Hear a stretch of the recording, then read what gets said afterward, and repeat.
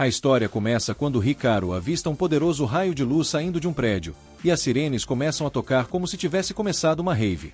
Os guardas ficam horrorizados ao descobrir que algo muito valioso foi roubado. A ladra se chama Kai, e ela faz uma fuga acrobática digna de um filme de ação, enquanto um grupo de guardas a encontra no telhado. Mas, adivinha? Ela é o que chamam de Host Mecha UD, e saca sua arma como se estivesse numa competição de quem puxa a espada mais rápido. A Kai começa a descer a lenha nos guardas, mas eles têm armamento anti-UD. Resultado, ela acaba capturada e um outro host se prepara para recuperar o cubo que ela roubou. O Mecha UD de Akai fala e se ofende com o jeito que sua espécie é tratada. Tipo, ei, não somos só máquinas de café, não. Mas o cara de cabelo azul não tá nem aí para a opinião do robô, porque acredita que os Mecha UDS são apenas ferramentas para os humanos usarem, tipo um aspirador de pó avançado. O cara recupera o cubo e começa a zoar a Kai, mas ela não é de dar mole. Ela tem uns truques na manga e consegue se soltar. A batalha épica começa, com o cara gritando para capturá-la, mas a Kai é mais ágil que um gato em cima da mesa. Eventualmente, ela descola o cubo, mas o container quebra e uma tonelada de energia explode dele, como se tivesse aberto um portal para o inferno.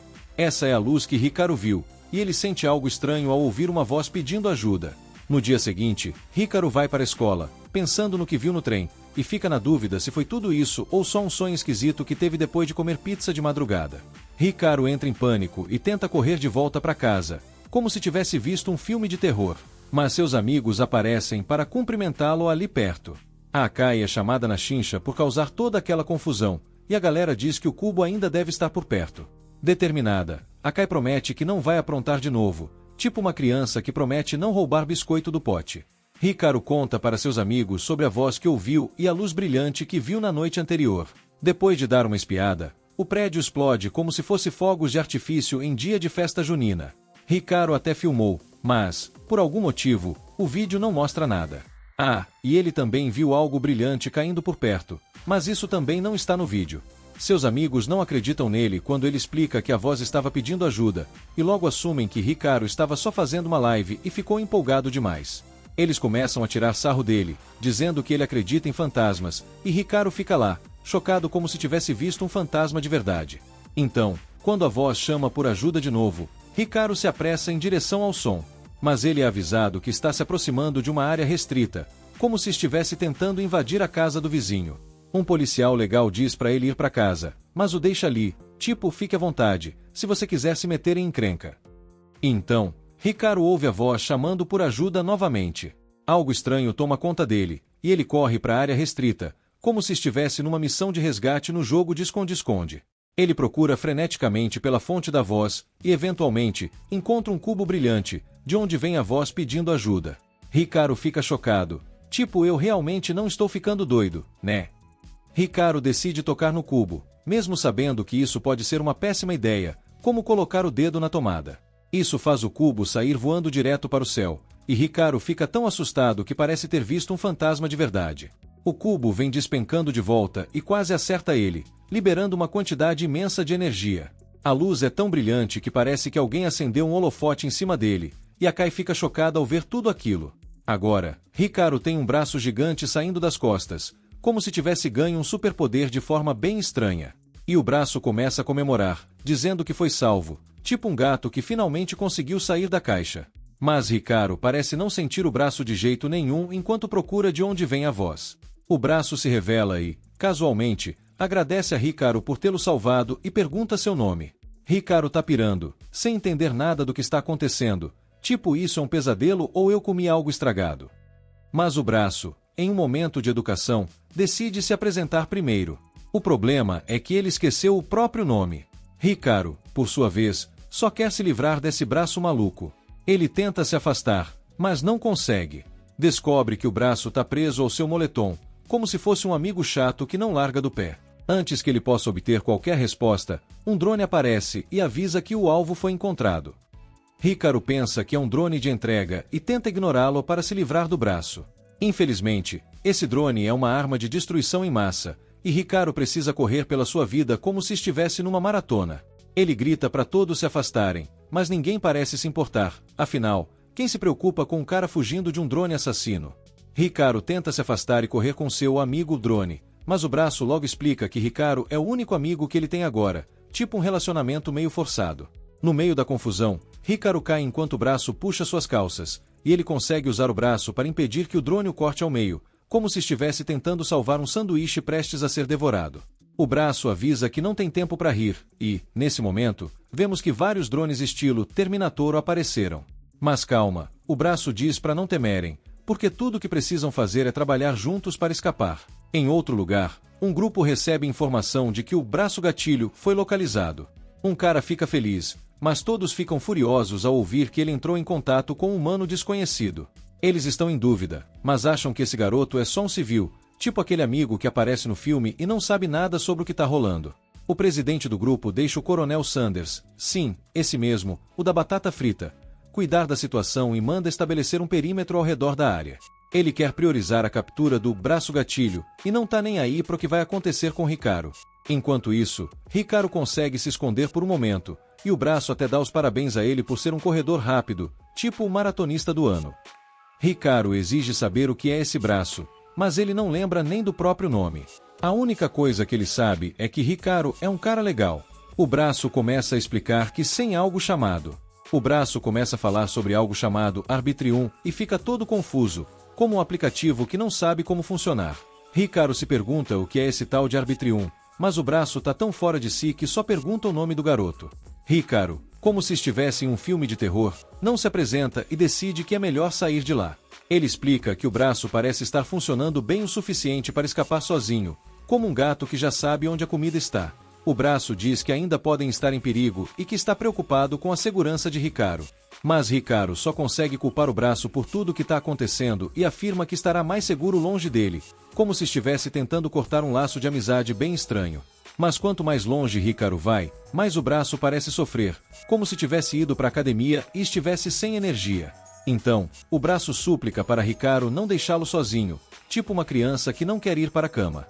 Hikaru corre para ajudar o braço, mas ele se recupera rapidinho, e Hikaru acaba fugindo de novo. Eles fazem esse jogo de vai e vem várias vezes, e fica claro que Hikaru precisa ficar perto do braço ou ele vai perder toda a energia, como um celular que já está na reserva. Sem muitas opções, Hikaru relutantemente coloca de volta seu moletom, que já vem com o braço grudado. Nesse momento, os drones os encontram de novo, mas desta vez Hikaru exige que o braço se faça útil. E não é que o braço cumpre, ele arrasta Hikaru para longe, como se fosse um pai puxando o filho da zona de perigo. Acima, o cara de cabelo azul decide que os drones são suficientes para lidar com o civil, porque ele precisa focar na Kai, que está por perto. Enquanto isso, a Kai está lá embaixo, se perguntando onde foi que se meteu. A Kai está tão perdida que se fosse um GPS, já teria explodido. A pessoa no ouvido dela diz para ir na outra direção, mas a Kai não está a fim de dar a volta no prédio. Então, o braço dela sugere quebrar tudo, mas ela decide se espremer por uma abertura, como uma salsicha tentando sair da embalagem. Enquanto isso, Hikaru continua correndo pela vida, como se estivesse participando de uma corrida maluca, até que a Kai finalmente encontra ele. Ela faz questão de puxar os braços de volta e rapidamente dá conta dos drones, como se estivesse jogando tênis com os inimigos. A Kai chama o braço de Elma e avisa que se ele se mover, vai ser eliminado na hora. Tipo, você não quer ficar no caminho da minha raiva. Os braços de Akai lembram que ela deveria ler um script para acalmar os alvos, mas a situação fica mais quente com a chegada do Bluey, que quer se vingar do que aconteceu na noite anterior. Agora é uma briga de braço entre Bluey e os braços da Akai.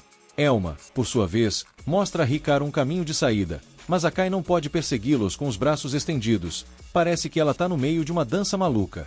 Os drones vão atrás de Hikaru, e Akai fica furiosa, como se tivesse perdido a partida no videogame.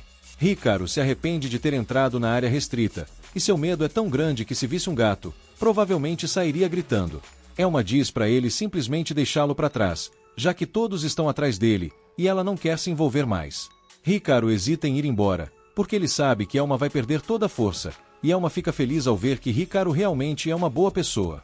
Isso só fortalece a determinação de Elma, que já deve estar pensando em como arrumar essa bagunça sem perder o braço no processo. A Kai acaba de lembrar que não quer ver pessoas legais se machucando. Ela vira para Hikaru e manda ele esquecer tudo o que viu e sair correndo como se estivesse fugindo de um filme de terror. Nesse momento, vemos que a Kai destruiu o Bluey, e ela tá tão cansada do Elma correndo que poderia muito bem estar no próximo episódio de Fuga em Alta Velocidade. Elma, percebendo que não tem escapatória, se rende e concorda em fazer o que Akai diz, desde que ela deixe Hikaru em paz. Hikaru, por outro lado, muda completamente de ideia e decide parar de ser um covarde, porque correr só deixaria um gosto amargo na boca, como se ele tivesse comido um doce estragado. Akai, achando que vai ter que acabar com tudo, se prepara, mas Elma, de forma chocante, manda Hikaru dar um passo à frente. Hikaru hesita, como alguém prestes a pular de um penhasco, mas Elma explica que essa é a única saída.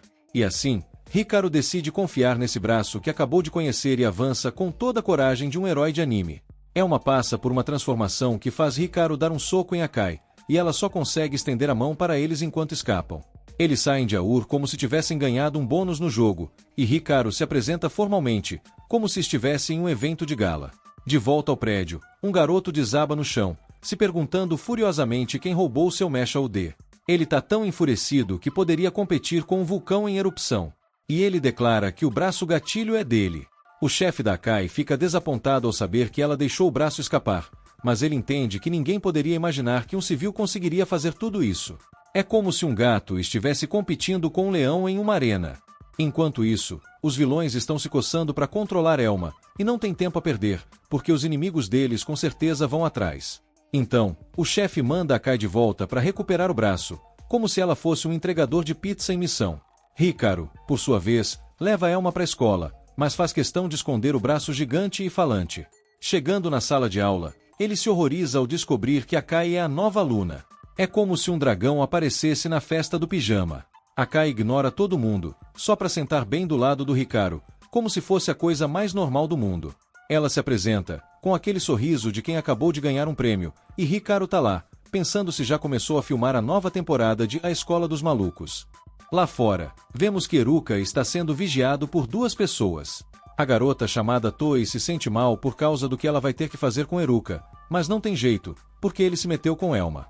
A parceira de Toei provoca ela, insinuando que ela está apaixonada por Eruka, mas ela jura que não vai pegar leve, de jeito nenhum. Eruka escapa para o banheiro, completamente incrédulo de que a Ai o seguiu até a escola. Elma comenta que pelo menos dessa vez ela não atacou ele, mas Eruka acha que é só porque estavam dentro da sala de aula.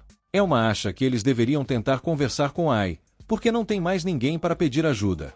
Mas Eruka, ele preferiria contar tudo para a polícia. Eles são pegos de surpresa quando a Ai aparece do nada, saindo da cabine ao lado e avisa que eles não deveriam ir à polícia. Acontece que os policiais estão sendo subornados pelo grupo Kagami, que está atrás de Eruka, e eles só entregariam ele de bandeja. A Ai, com toda sua pose de chefona, exige que ele colabore, mas Eruka só faz o que qualquer pessoa sensata faria, corre por sua vida. Mais tarde, os amigos de Eruka ficam se perguntando por que a Ai é tão obcecada por ele, mas ele só responde que também não faz a menor ideia do motivo dela estar atrás dele. Akai aparece do nada, e Eruka entra em modo de sobrevivência, se escondendo. Uma garota chamada Shirama surge para distrair Akai, e ainda por cima dá boas-vindas, já que Akai é a aluna nova. Eruka, no entanto, está com o coração na mão, achando que Akai vai ser cruel com a gentil Shirama. Só que, para sua surpresa, Akai simplesmente começa a devorar os lanches de Shirama como se não houvesse amanhã. As duas se apresentam oficialmente, mas Eruka não consegue acreditar em como Akai está agindo de forma normal, e fica completamente confuso. Mesmo assim, ele continua se recusando a falar com ela sobre Elma enquanto ainda estiver na escola, então decide simplesmente ignorá-la ouvindo música. Akai, que já tinha enchido a barriga, de repente lembra que estava perseguindo Eruka, e Shirama vem com um plano brilhante. Pouco depois, Shirama entrega a Eruka um bilhete de Akai, dizendo que ela quer se encontrar com ele na sala de arte do prédio antigo da escola. Claro que Shirama empurra ele para lá na marrã. Agora, Eruka está sem saída. Ele precisa confrontar Akai. Ele ainda tenta dar um sermão nela por usar Shirama, mas Akai logo esclarece que o plano foi todo ideia de Shirama. Então, Akai revela que faz parte de um grupo chamado Armes e que foi designada para cuidar de Elma e, surpresa, ser a guarda-costas de Eruka. Elma fica feliz da vida ao saber que agora tem uma protetora. Mas Akai corrige Eruka, explicando que ela só vai proteger Elma. Só que, como Elma está grudado em Eruka, ele vai ter que ir junto. Eruka e Elma começam a discutir sobre o que fazer, mas Elma manda na lata que quer aprender mais sobre si mesmo. Eruka, ainda desconfiado de Akai, acaba sentindo pena do apêndice falante e decide ajudar. Primeiro, Eruka quer saber por que Elma perde a habilidade de se mover quando eles ficam muito longe um do outro. Nesse momento, Akai fica chocada ao ver que Elma está, na verdade, fundido com o moletom de Eruka. Isso é inacreditável, porque essa fusão geralmente só rola quando o mesh se funde com carne humana. Akai decreta que Eruka precisa ser examinado imediatamente, e, claro, ele não tem escolha. Eruka tenta pedir a Elma para se transformar de novo para que eles possam escapar, mas o braço robótico não tem energia suficiente. Então, Eruka tem que se virar com suas próprias pernas, correndo feito um desesperado, enquanto Akai quase os alcança. Eruka pensa que é impossível tentar conversar com alguém tão maluca quanto Akai, mas Shirama diz que ele precisa tentar. Do lado de fora, Toys e Ver perderam Eruka de vista, mas avistam Shirama de guarda na porta. Eles começam a suspeitar que a missão deles pode ter sido descoberta. Enquanto isso, lá dentro, os braços de Akai começam a se debater querendo ir em direções diferentes para encontrar Eruka, mas Akai decide que vão seguir reto. Segundos depois, o teto acima de Eruka desaba, literalmente. E, claro, Akai captura Eruka. Ela percebe que ele não quer nem papo com ela, então se pergunta por que ele não a derrotou da última vez em que se enfrentaram. Eruka nem tinha pensado nisso, o que o faz perceber que eles realmente vivem em mundos completamente diferentes. Akai, por outro lado, já sacou que Elma não está fundido com Eruka e que ele não está se movendo por causa dele também.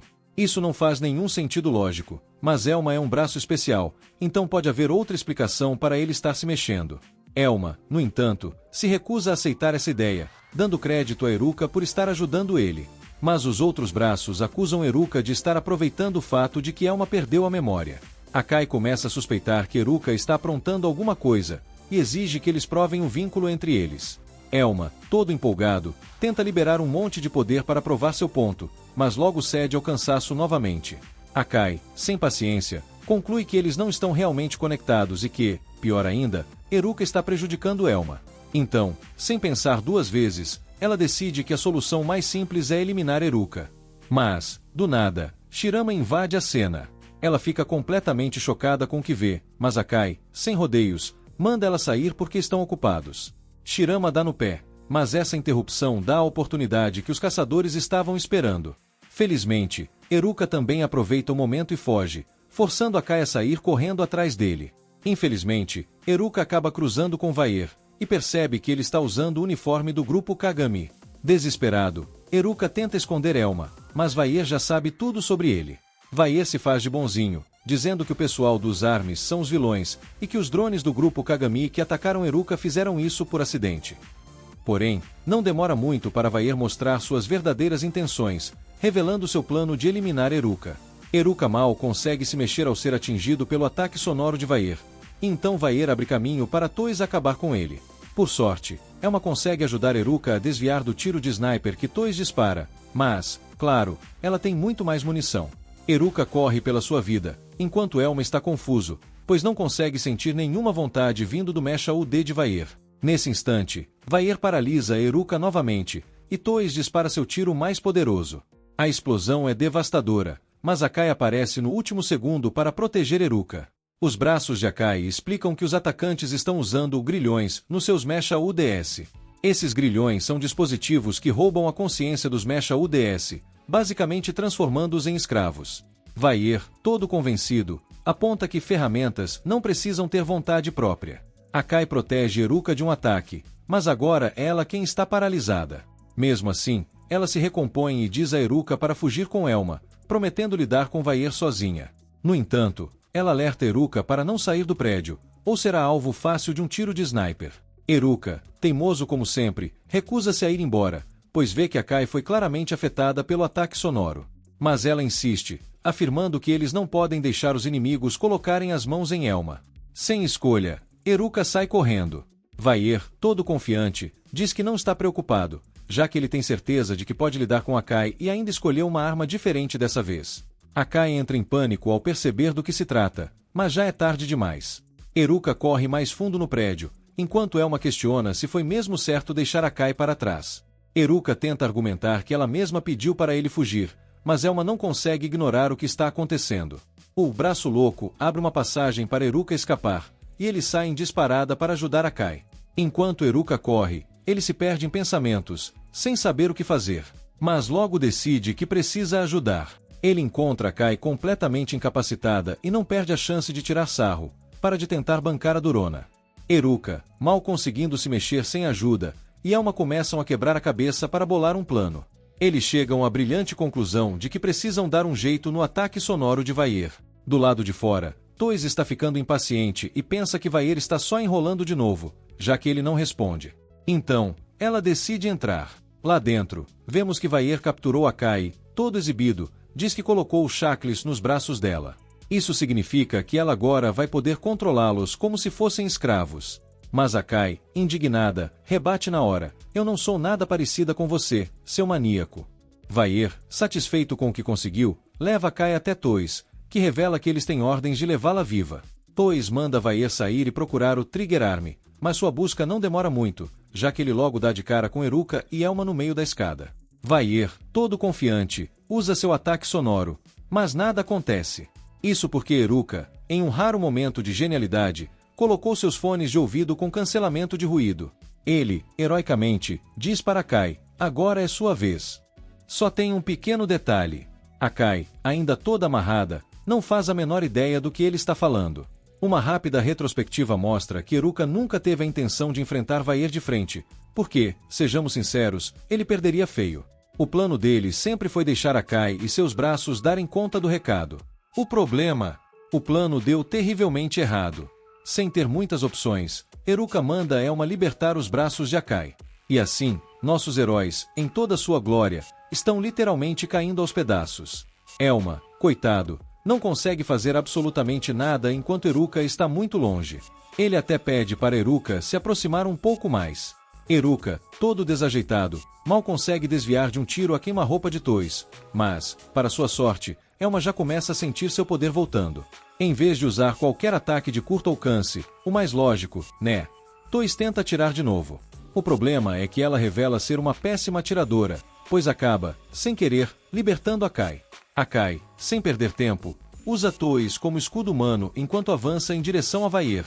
Desesperada, Toys manda Vaer usar o ataque sonoro, mas ele se recusa. Sem paciência, Toys força ele a usar de qualquer jeito. E o que acontece? Absolutamente nada de útil para eles. A situação não melhora em nada, e a Kai aproveita a confusão para nocautear Vaer. Enquanto o caos rola, o prédio começa a desmoronar, e Vaer fica completamente surpreso quando Toys simplesmente o abandona lá. Após o prédio se desfazer em pedaços, os colegas de Akai chegam ao local. Só que, para o horror dos guardas presentes, não era só Elma que estava no prédio. Algo muito mais perigoso escapou: a criação conhecida como Auris, um artificial Meowth que é um verdadeiro pesadelo. Algum tempo depois, Eruka acorda e se depara com uma organização que está lutando contra o Kagami Group.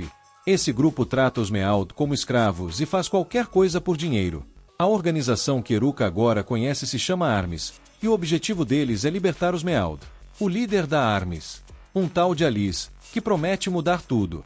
Eruka finalmente descobre o nome do Mecha-Udi que acabou se unindo a Alice. Ele se chama Fist. E adivinhem só, Fist é praticamente a cara de Elma, e ainda o chama de irmãozinho. De início, Eruka fica desconfiado, claro, mas Fist rapidamente esclarece que eles não são inimigos e que só querem a ajuda de Elma. Mesmo com o ceticismo de Eruka, Elma, como sempre, concorda em ajudar na mesma hora. Eruka, já cansado de tanta confusão, até deseja que ele parasse para pensar antes de aceitar, mas Elma não consegue ficar parado enquanto seus amigos estão em apuros. Eruka se dá conta de que a situação é um grande incômodo, mas como o herói que é, mesmo reclamando, concorda em ajudar também. A verdadeira surpresa vem quando todos olham para ele e dizem que, na verdade, só precisam da ajuda de Elma. Sim, Eruka não tem que fazer absolutamente nada. Ele só tem que relaxar e deixar tudo nas mãos de seu amigão mecânico. Enquanto ele estava dormindo, decidiram fazer uns testes nele para medir os níveis de Arbitrium no corpo. Arbitrium é uma energia produzida pela mente humana e que serve como combustível para todos os Mecha UDS. Mas quando os níveis de Arbitrium do Hikaru foram colocados em um gráfico, isso é o que apareceu. E esse é o nível médio de um usuário de Mecha UD. Se já não estava claro, Hikaru é basicamente um fracasso na hora de manejar o Mecha UD, e não tem como colocar açúcar nisso. A Alice concorda que, embora Hikaru tenha sido responsável por despertar Alma, ele também é a razão pela qual Alma está fundido a uma jaqueta. E para piorar, ele nem consegue usar os poderes de Alma. A situação é tão triste que você poderia fazer uma música de despedida. Nesse momento, eles não têm escolha a não ser deixar Alma sob os cuidados de Hikaru por enquanto. Mas a Alice faz questão de deixar claro que ele não pode agir por conta própria em circunstância alguma, porque ele não tem capacidade de se cuidar.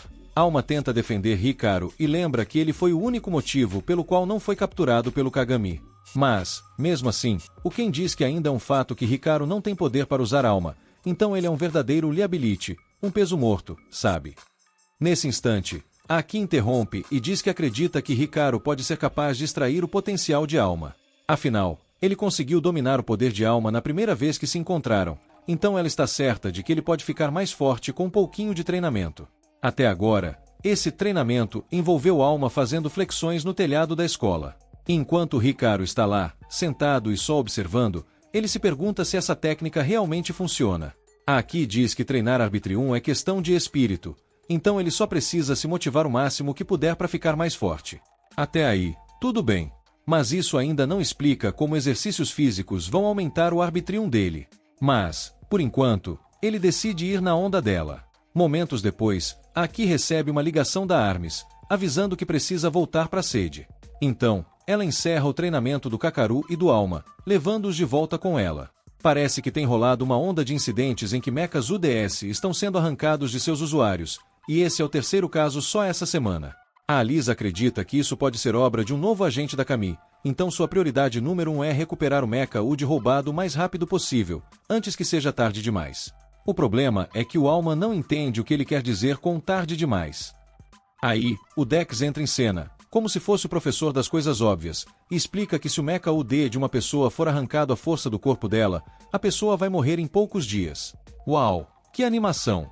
O motivo disso ainda não é totalmente conhecido, mas eles acreditam que pode ser porque o Arbitrium começa a vazar do ponto de fusão, fazendo a pessoa ficar mais fraca até eventualmente, bem, você sabe, morre.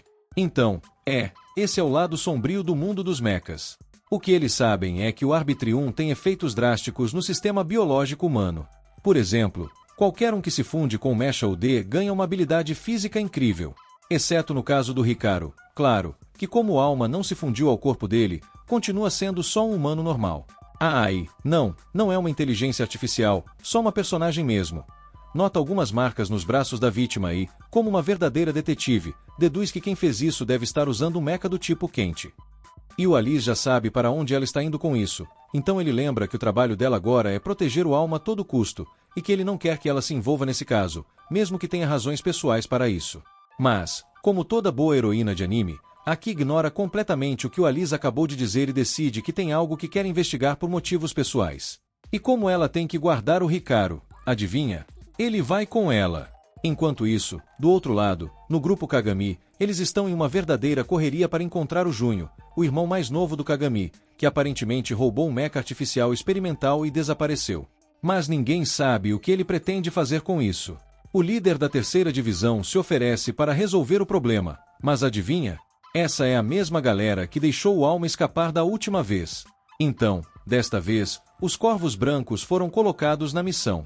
Em outro canto, Hikaru está com Aki até tarde da noite e já percebeu que ela está investigando o caso, mesmo que o Alice tenha dito para não fazer isso.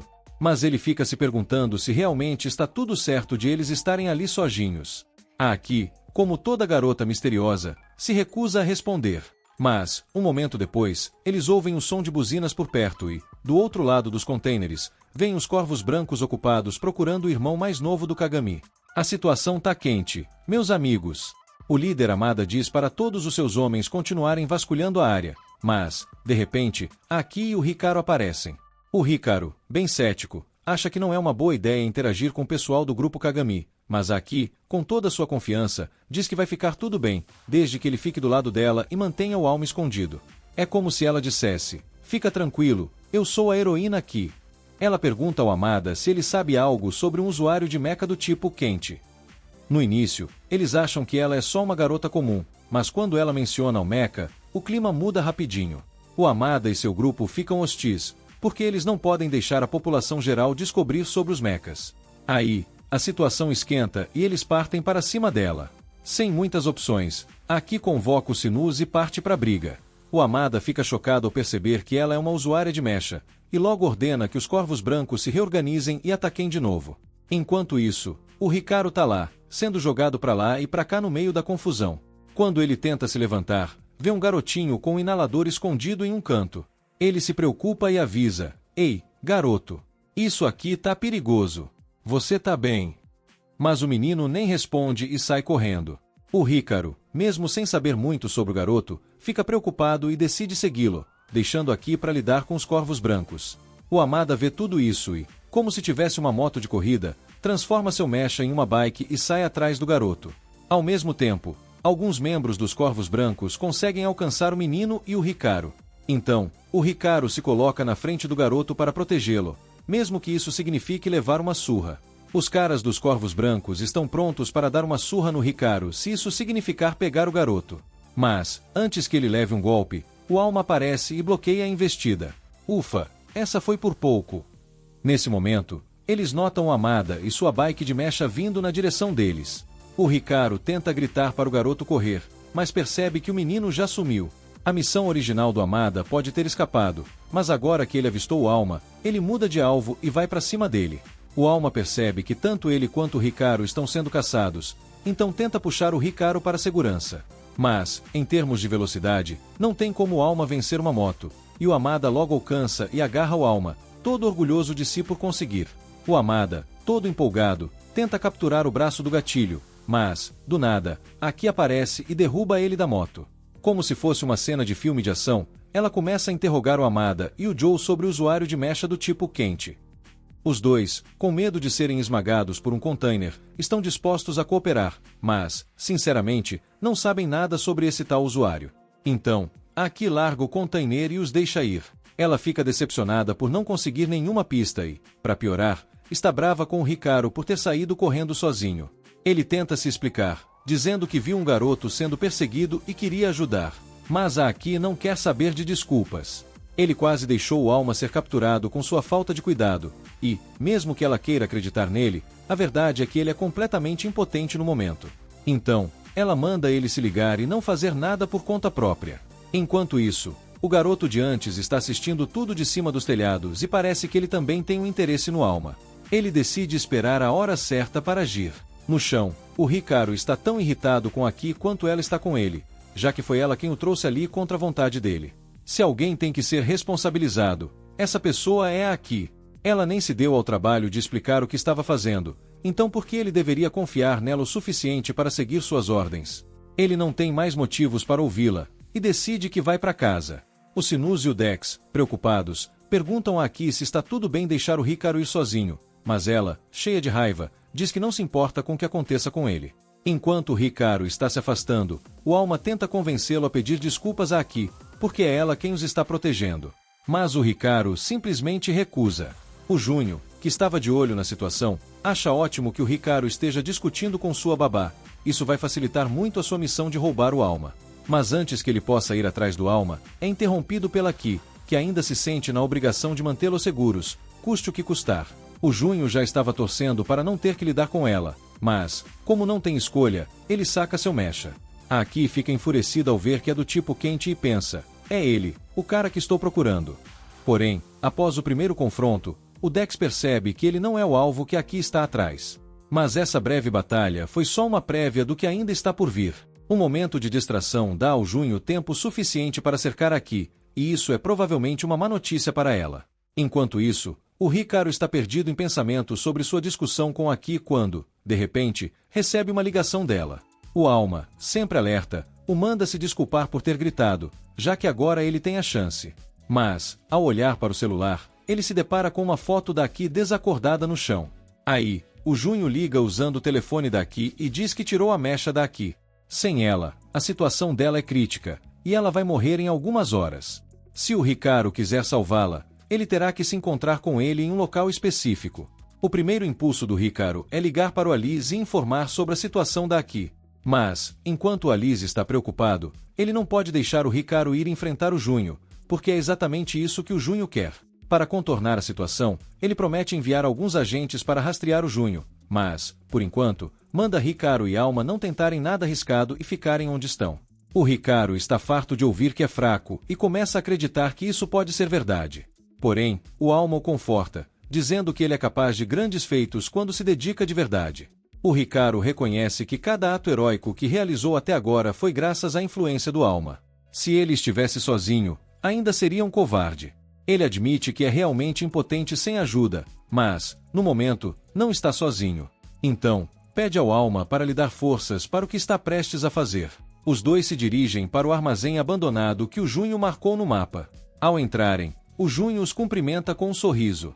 O Alma pergunta por que ele está fazendo tudo isso, e o Junho explica que quer o mecha mais forte. O Sinus e o Dex são legais e tudo, mas, comparados ao que ele realmente quer, são apenas sucatas sem valor. O que ele deseja é o braço gatilho, pois dizem que quem usar ganhará um corpo imbatível, e é isso que ele quer para si mesmo. Logo, o Junho começa a atacar com seu mecha, e o Hikaru se vê obrigado a correr pela sala para evitar ser atingido. Mas, assim que surge a oportunidade, ele tenta fechar a distância e pegar o Sinus e o Dex. No entanto, o Junho está sempre um passo à frente, bloqueando todas as suas tentativas. Ele ri do Hikaru, chamando-o de fraco. E enquanto o Hikaru não nega que é fraco, ele se recusa a aceitar essa verdade. Hikaru se recusa a deixar sua fraqueza impedi-lo de fazer a coisa certa, então ele avança novamente. Ele consegue superar o Junho o suficiente para romper suas defesas. O Junho fica furioso por ter que trabalhar tanto por causa do Hikaru, e seu mecanismo está começando a agir de forma estranha. Decidido a acabar com tudo de uma vez por todas, ele forma uma gigantesca jaula ao redor do Hikaru. Com nenhum lugar para correr, Junho eletrocuta Hikaru até que ele desmorona no chão. O Junho captura Hikaru e começa a puxar o Alma para longe dele, até que eles são separados. O Junho fica aliviado por finalmente ter o Alma, pois assim pode consertar seu corpo, mas, para sua surpresa, o Alma ainda consegue se mover e derruba o Junho. Ele não entende o que está acontecendo, já que o mecha não deveria ser capaz de se mover sozinho. Mas sua confusão aumenta ainda mais quando Hikaru começa a se mover também, já que ele deveria estar à beira da morte após ter sua mecha arrancada. Hikaru estende a mão para o Alma, e assim que os dois se tocam, o verdadeiro poder de Alma é liberado. O Junho começa a ficar preocupado. Ele tenta formar um punho para nocauteá-los, mas está claramente em desvantagem em relação ao Hikaru e ao Alma, que facilmente destroem seu ataque. Os dois lançam um soco em direção ao Junho, e, quando ele pensa que conseguiu bloquear, Hikaru corre e finaliza o serviço com o último golpe. O Junho cai, fora de combate. Nesse momento, Hikaru e Alma acreditam que finalmente podem relaxar, mas, infelizmente, estavam errados. A cabeça de um corvo branco aparece, e tanto Hikaru quanto Alma acham que terão que lutar novamente. Porém, o homem garante que não está sendo pago para lutar contra eles neste momento. Ele quer levar o Junho e também pega o Sinus e o Dex, que pretende levar junto. Hikaru diz que não vai deixá-lo escapar com eles, e o homem se prepara para usar a força, mas o Junho interrompe, dizendo que quer ser ele a derrotar Hikaru. Ele proíbe o homem de machucá-lo por enquanto. O homem concorda e devolve a mecha UD ao Hikaru, mas assegura que eles se encontrarão novamente um dia, e quando isso acontecer, Hikaru não poderá escapar tão facilmente. Um pouco mais tarde, Aki acorda em um hospital com Sinus e Dex reanexados a ela. Assim que descobre que foi Hikaru quem a salvou, uma onda de gratidão a invade, mas também a preocupação. Aki se encontra com Hikaru no telhado enquanto ele tenta costurar o Alma de volta em seu casaco. Ela se senta ao lado dele, e a atmosfera fica um pouco estranha. Para quebrar o gelo, Hikaru pergunta o que ela estava procurando na noite passada. Aki explica que estava em busca da pessoa que matou sua família, mas a única pista que tem é que o responsável é um portador de mecha UD do tipo quente. No entanto, ela descobre que Junho não foi o culpado. Reconhecendo que agiu impulsivamente devido à sua sede de vingança, Aki expressa sua gratidão por Hikaru tê-la salvado. Determinada a retribuir, Aki oferece-se para costurar o Alma de volta, mas, na verdade, ela é péssima em costura. Hikaru tenta impedi-la, mas, nesse momento, Meru entra trazendo alguns doces e mal interpreta a situação, pensando que algo romântico está acontecendo entre eles. Essa missão do Hikaru já começou bem. Primeiro dia oficial na equipe Arms e já está pendurado em cima de um caminhão de transporte, enquanto os colegas de equipe esperam de camarote ele colar no plano. Mas a coisa fica esquisita rapidinho. Dentro do caminhão, o EV é um cara gordinho, mas perigoso, tipo um lutador de sumo de filme de ação, socando um cientista sem dó. Os outros já estavam esperando a treta, então lembram o Hikaru. É só seguir o plano, moleque. Joga o EMP quando passar pelo intercâmbio ali na frente. Hikaru até tenta seguir o combinado, mas aí ele vê o Sumo maltratando o mecha acorrentado, e aí, ele não aguenta, né? O que ele faz? Pega e causa um acidente gigantesco, virando o caminhão de cabeça para baixo. Ele sai correndo, tentando se safar porque, claro, agora virou alvo. Mas o nosso amigo Sumo, ele não ia deixar barato. O homem joga o próprio caminhão para bloquear a fuga do Hikaru, e em meio à correria, manda mísseis no garoto. Hikaru desvia, mas aí o cara puxa um canhão de braço, pronto para transformar o menino em churrasquinho. Quando ele acha que vai virar cinzas, o T, colega da Arms, surge em alta velocidade com seu Mecha Carrax e resgata o Hikaru. Ufa, mais uma vez salvo por um tris. Alma pede desculpas pela confusão que causou, mas não tem muito tempo para lamentar, porque o Sumo logo rastreia eles e volta a atacar.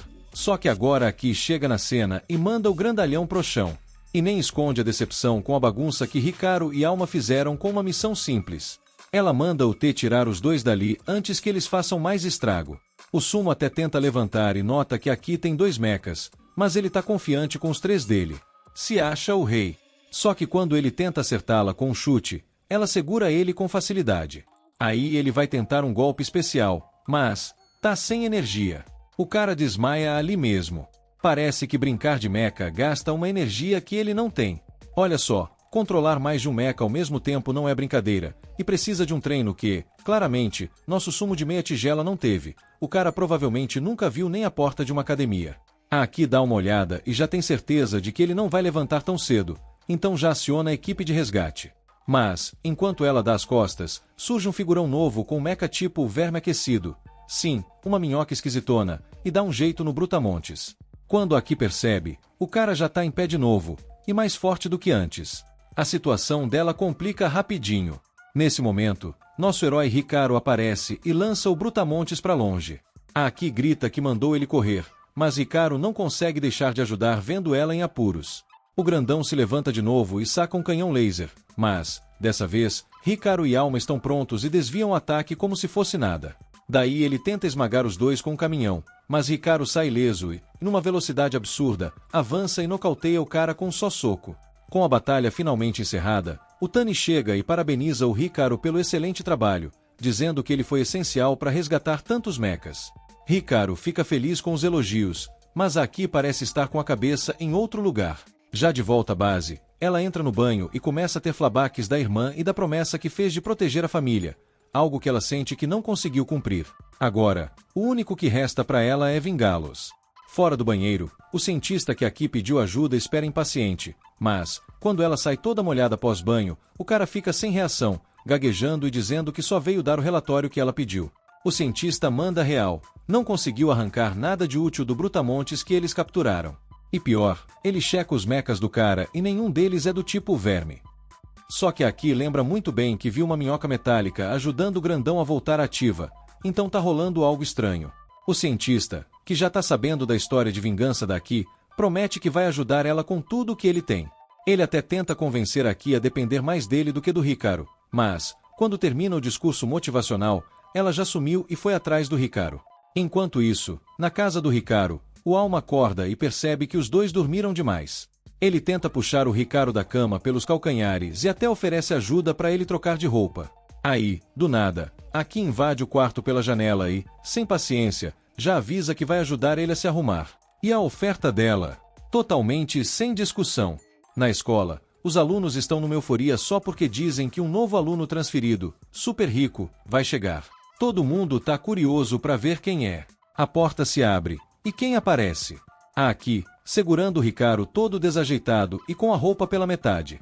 A galera fica em choque, já imaginando o romance rolando, e a Meru já tá viajando em 1000 teorias. Mas aí a Aki coloca o Hikaru de volta no chão e avisa que o novo aluno vai ser apresentado logo mais. E, sem ninguém esperar, toca o sistema de som da escola, chamando o Hikaru para subir no telhado. Ele e a Aki vão até lá e dão de cara com o Jun, que já está esperando por eles. Só que, mal ele aparece, a Sinise e o Dex atacam o cara, lembrando que ele aprontou com a Aki da última vez. Mas o Jun nem se abala e defende o golpe com seu mecha, já irritado por estarem atrapalhando. Ele até se prepara para dar o troco, mas antes de qualquer coisa, recebe uma mensagem de Totó, o líder dos White Ravens. O Totó foi bem claro com o Jun. Ele só poderia frequentar a escola se prometesse não usar o mecha por lá. Mas olha ele já quebrando a promessa. O Jun tenta argumentar que foi aqui quem começou a briga, mas o Totó não quer saber de desculpas, então ele é obrigado a recolher o mecha e se render. A Aki, claro, tá louca pra dar um socão nele, mas o Hikaru pede pra ela dar uma trégua, já que o Jun claramente não quer mais brigar. O Jun ainda jura que vai roubar o braço de gatilho do Hikaru um dia, mas fica pra depois, pois o real motivo dele vir pra essa escola é Itaru, o cientista que criou seu mecha. Itaru avisou que o mecha precisaria de tempo para se adaptar ao corpo do Jun.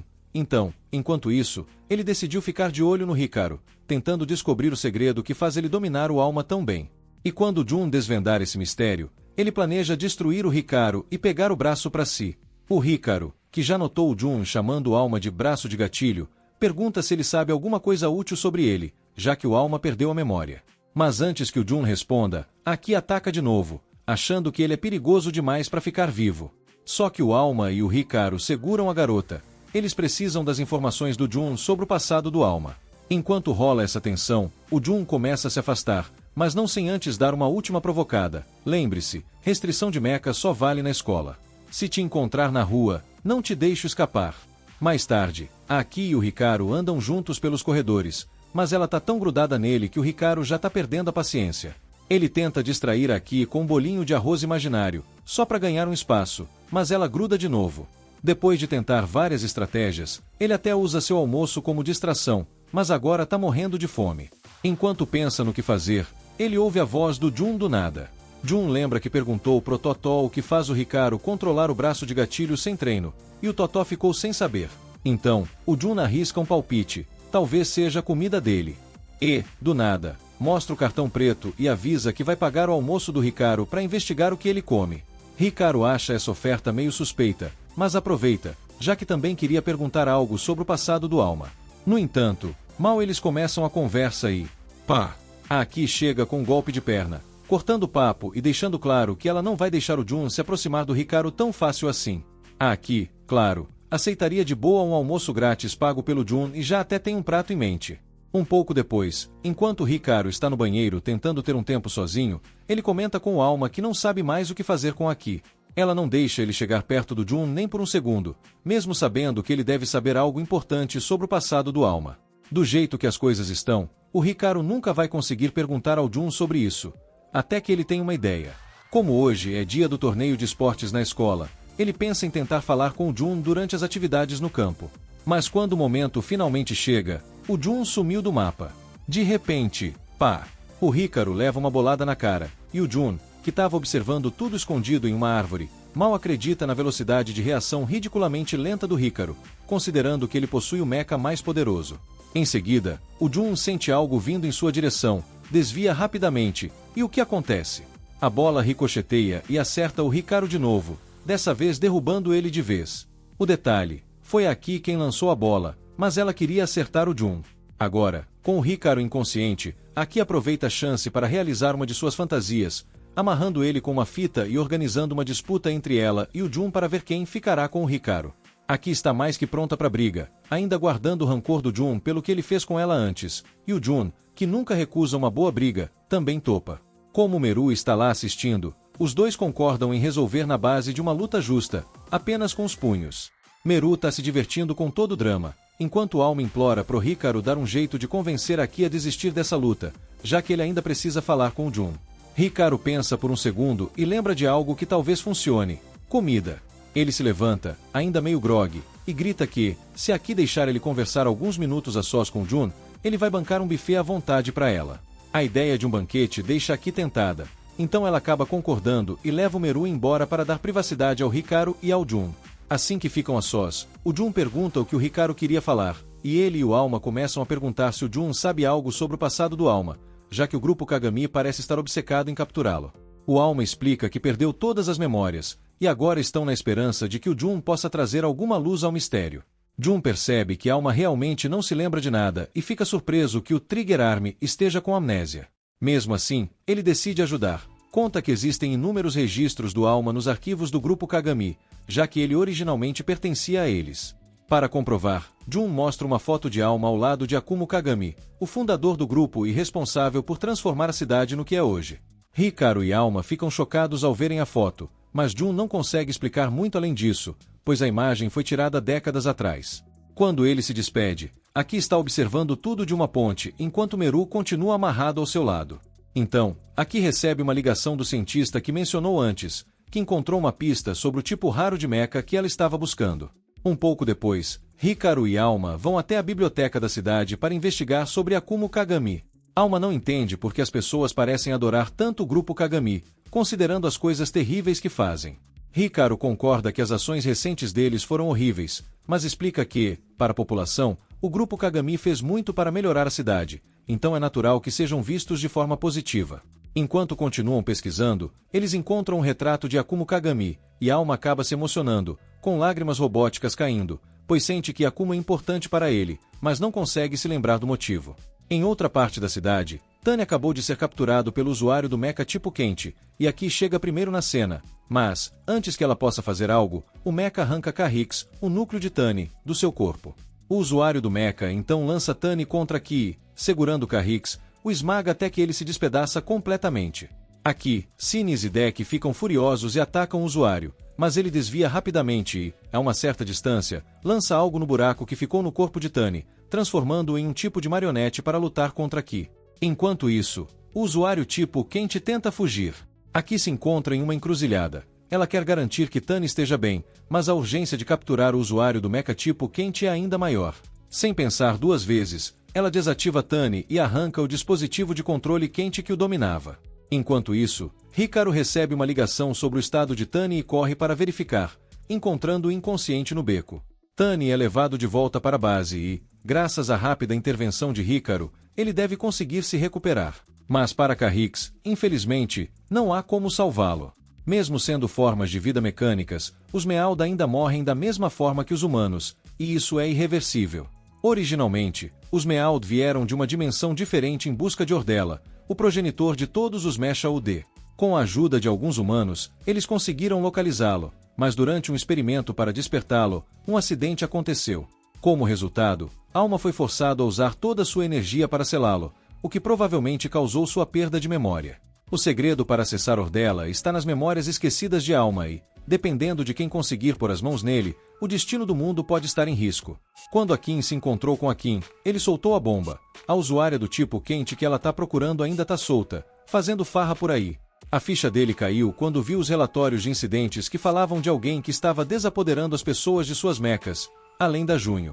E olha, isso já tá rolando há meses. Aqui, com a raiva fervendo, agarra ele pelo colarinho e pergunta por que ele não contou isso antes.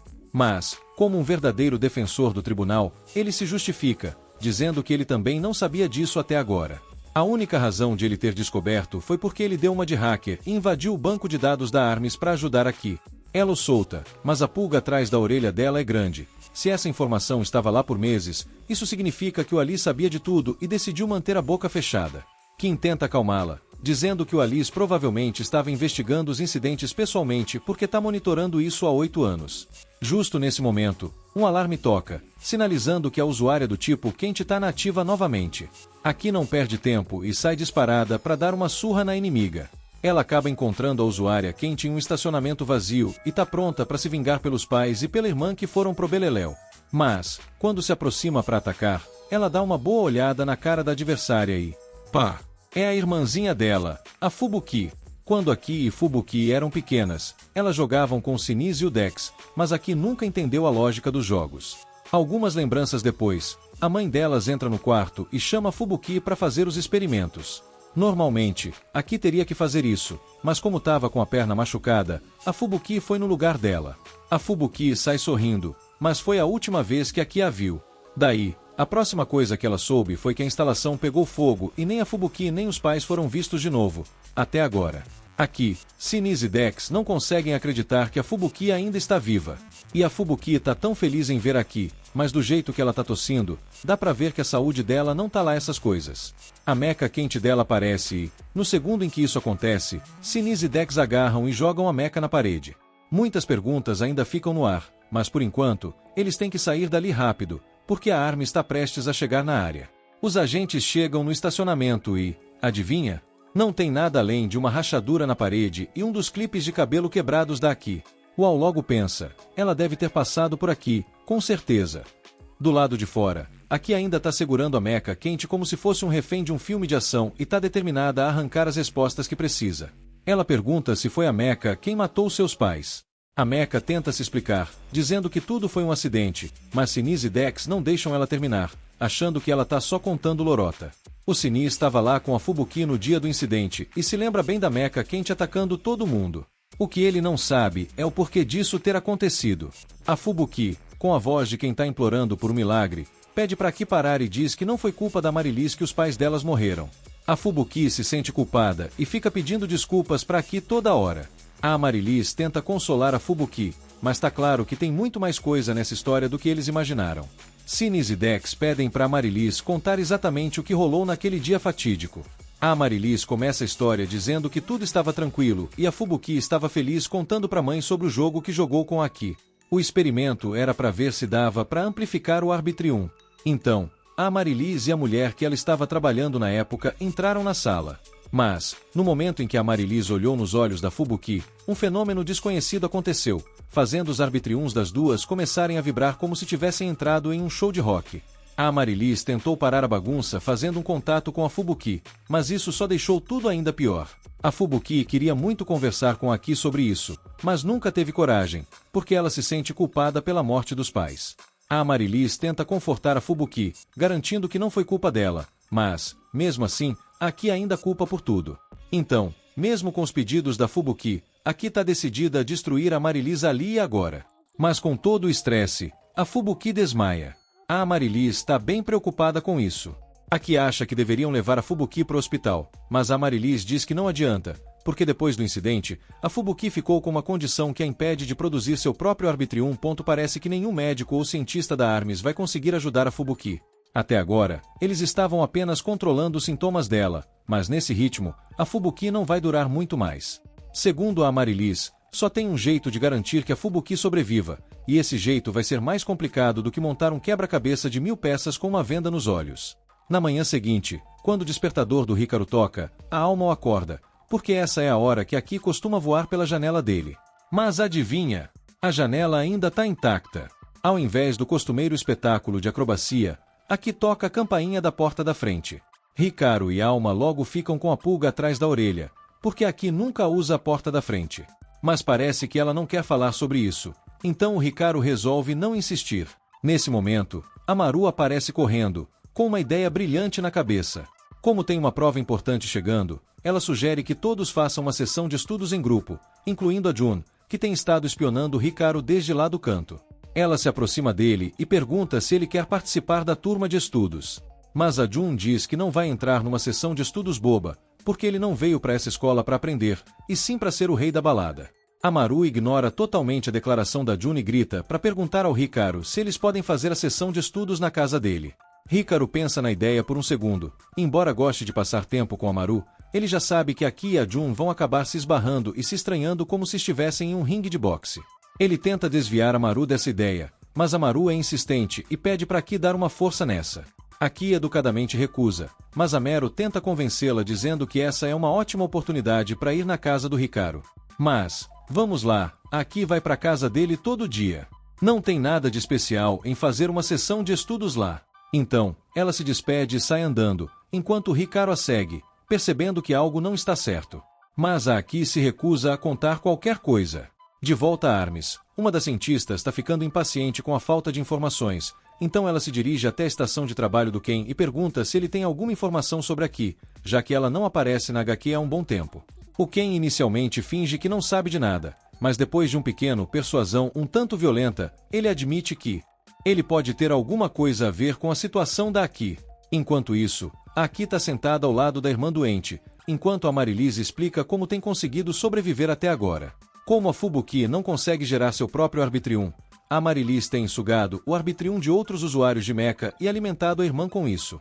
Mas, aparentemente, a doença da Fubuki está avançando mais rápido do que a Marilis consegue dar conta.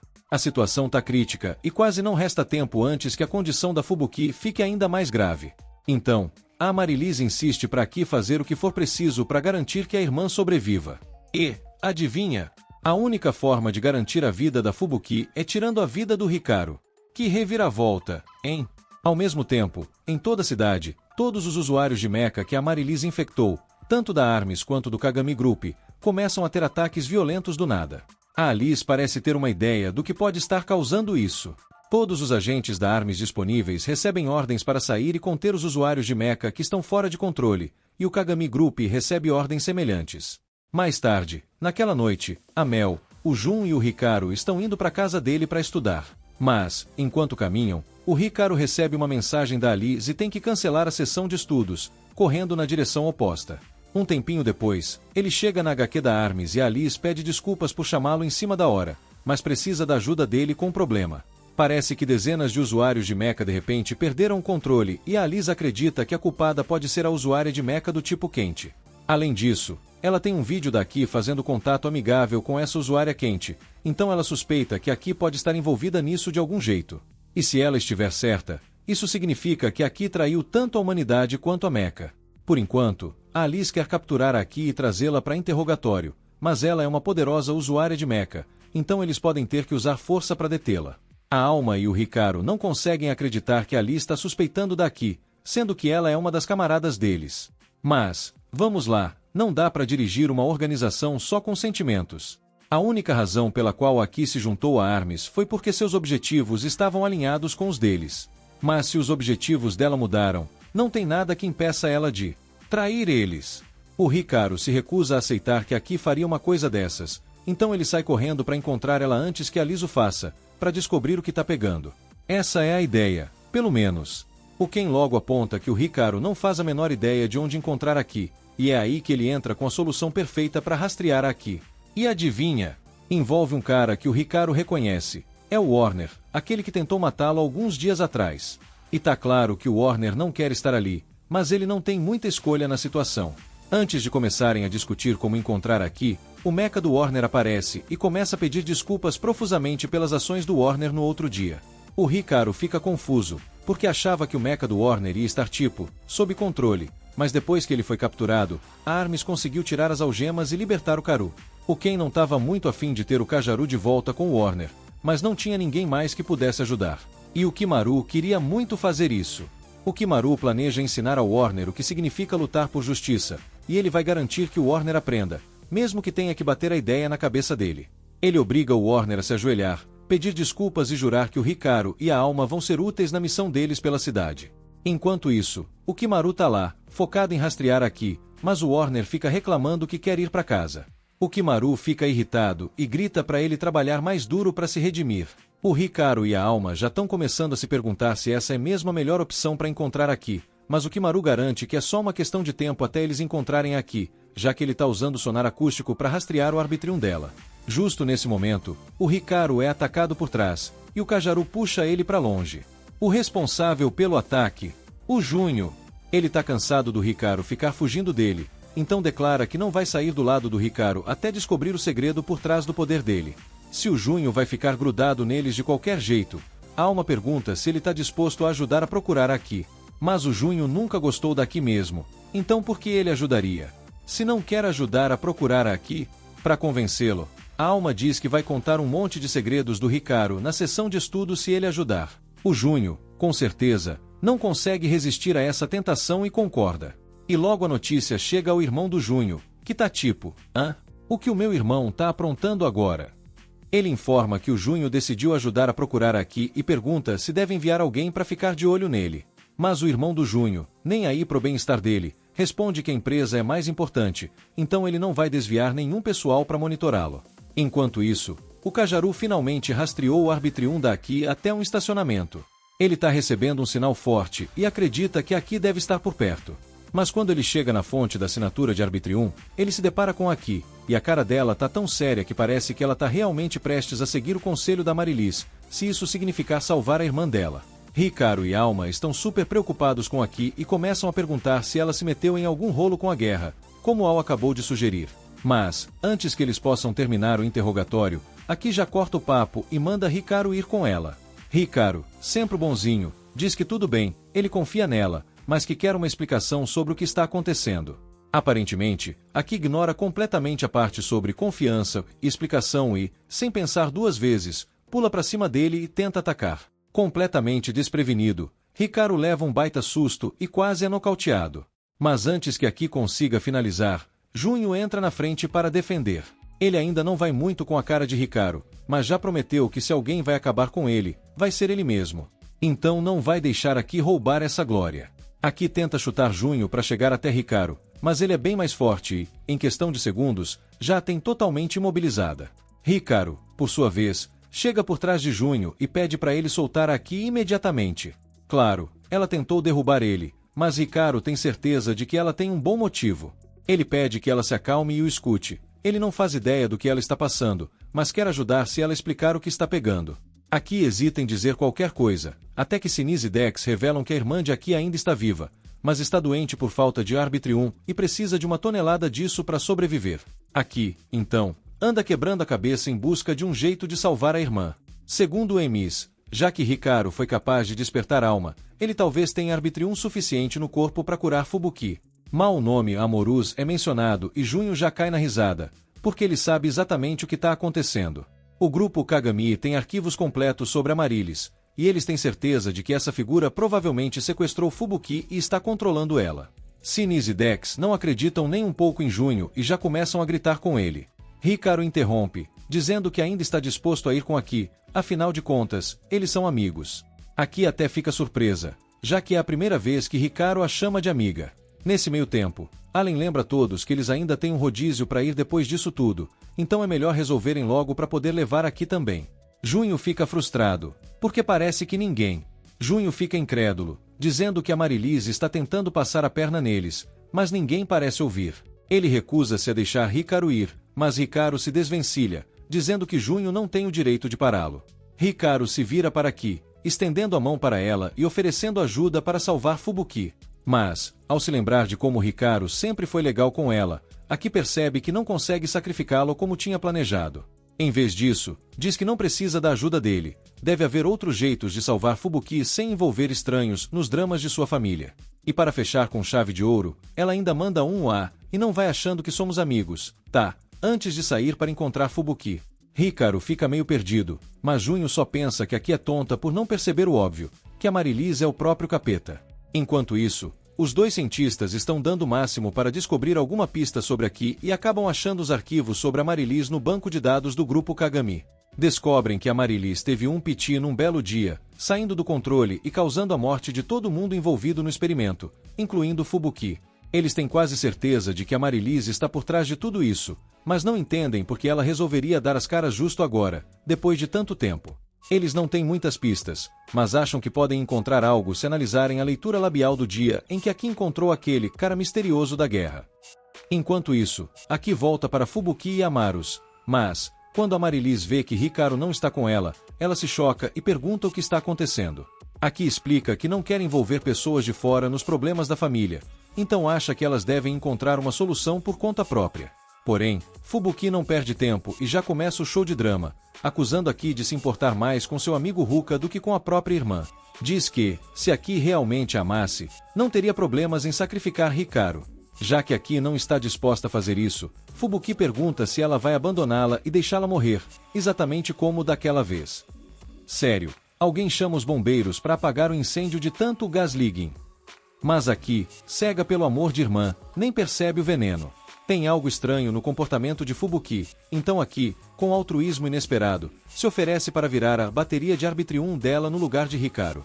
Enquanto isso, Alma está tentando convencer Hikaru a ir atrás de Aki, mas ele acha que não tem o direito de se meter nos problemas dela.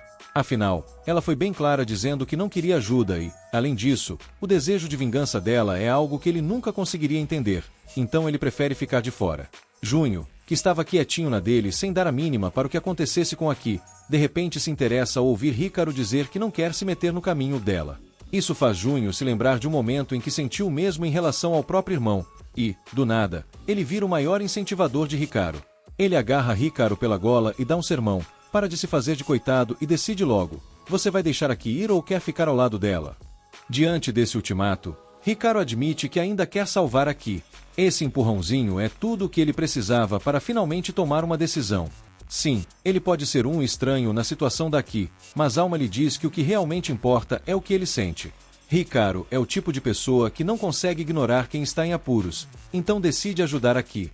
Agora que está tudo decidido, Alma pede ajuda para Vner e Keijimaru para rastrear Aki novamente. Vner fica feliz em ajudar, mas Keijimaru só quer saber de ir para casa. Enquanto isso, de volta à base do time de Aki, Kim finalmente descobre que a tal usuária misteriosa é, na verdade, a irmã da Aki. Mas nada disso faz sentido para ele, já que os registros mostram que Fubuki deveria estar morta. E ainda tem mais. Por que raios ela só apareceu agora?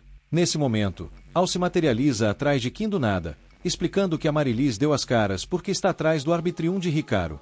Kim quase pula de susto, tanto por perceber que Al estava ali o tempo todo quanto por descobrir que ele já sabia tudo sobre a Marilis. Al explica que a Marilis saiu do esconderijo quando percebeu que Alma havia despertado e ele estava tentando resolver tudo discretamente antes que virasse um problemão.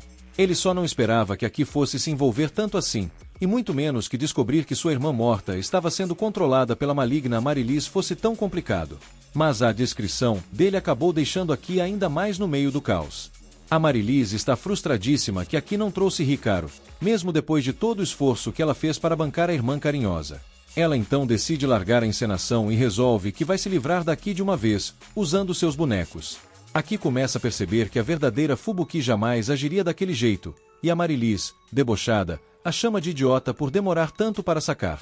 A Marilis ataca usando suas marionetes, e Aki até se defende bem. Mas, num truque baixo, a Marilis volta a fingir que é Fubuki, pegando Aki desprevenida para poder agarrá-la e imobilizá-la. A Marilis queria continuar usando o corpo de Fubuki por mais um tempinho, mas, já que Aki está por perto, por que não pegar o dela também? Enquanto seus asseclas Tines e Dex seguram Aki, a Marilis percebe que ela hesita em reagir com tudo, pois não quer ferir Fubuki. E é aí que a Marilis resolve jogar sujo, lembrando Aki do momento em que, tempos atrás, ela tomou o corpo da Fubuki pela primeira vez, enquanto os pais das duas faziam de tudo para salvar a filha. A Marilis revela que, na ocasião, ela matou os pais de Aki e Fubuki com suas próprias mãos para garantir que ninguém iria separá-la de sua marionete perfeita. Aki fica devastada com essa revelação, e a Marilis já se prepara para finalizá-la e tomar seu corpo. Mas, no último segundo, Hikaru e Junho arrombam a janela e jogam a Marilis no chão. Aki grita com Hikaru, dizendo que ele não deveria estar ali, afinal, a Marilis está atrás dele. Mas Hikaru responde que não se importa com o perigo, ele veio para salvar sua amiga. Agora que seu alvo principal está na sala, a Marilis se levanta e tenta agarrar Hikaru. Mas Junho a interrompe, dizendo que ele é o único que vai encostar no Hikaru, se alguém for encostar. Aki tenta fazer Junho parar, preocupada que ele acabe machucando Fubuki, mas ele não está nem aí para o bem-estar dela. Ele está ali só para garantir que a Marilis não mate Hikaru. A Marilis, irritada, agarra Junho e o joga de lado para tentar chegar até Hikaru, mas ele insiste em segurar a vilã com seu mecha, mesmo que seja uma versão de quinta categoria em comparação com os poderes dela. A Marilis só ri da audácia, achando hilário que Junho realmente acha que pode vencê-la com um mecha genérico, que é basicamente uma cópia barata dela mesma. A Marilis acha irônico que um fracassado como Junho tenha um mecha tão meia-boca. Junho, claro, fica ofendidíssimo, mas, antes que possa responder, a Marilis simplesmente tapa sua boca e volta a atacar Hikaru. Alma tenta bloquear o ataque, mas percebe algo estranho. Parece que a cada golpe de Marilis, ele sente suas forças sumirem. Se a Marilis pode absorver poder enquanto ataca, a luta vai ser complicada. Tentando ajudar, Aki se coloca entre Hikaru e a Marilis. A Marilis a provoca, perguntando se ela ainda acha que tem o direito de proteger Hikaru depois de tudo o que aconteceu. Mas Aki não está protegendo Hikaru como uma guarda-costas agora. Ela o protege porque se importa com ele. Só que isso é ótimo, mas inútil, porque enquanto a Marilis estiver usando o corpo de Fubuki, Aki não pode fazer nada sem arriscar a vida da própria irmã. A Marilis sabe disso e aproveita a chance para capturar Aki, deixando Hikaru na defensiva. Ele até se segura bem, mas a Marilis não é boba. Começa a usar Aki como escudo humano. Enquanto Hikaru hesita, a Marilis o atinge com um de seus tentáculos, furando como um espetinho, e começa a drenar sua energia de Arbitrium. E, como ela suspeitava, Hikaru tem o mesmo tipo de Arbitrium poderoso de 100 anos atrás. Alma observa tudo isso com um olhar perplexo, como se algo realmente importante tivesse acontecido há um século. Percebendo a cara de confusão dele, a Marilis deduz que os boatos sobre Alma ter perdido a memória são verdadeiros, o que a deixa furiosa, e ela continua esfaqueando Hikaru por pura frustração. Agora que finalmente conseguiu as mãos no Arbitrium de Hikaru, a Marilis já não precisa mais de Aki. Sem cerimônia, ela começa a estrangulá-la, mas enquanto Aki luta por ar, algo muda em Hikaru.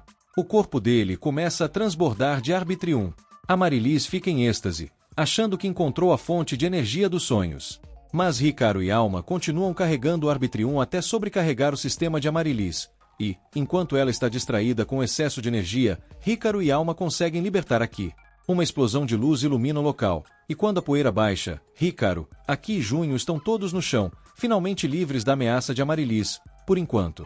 Quando a poeira finalmente assenta, Aki, Hikaru e Junho estão caídos no chão, meio desnorteados e sem entender direito o que aconteceu.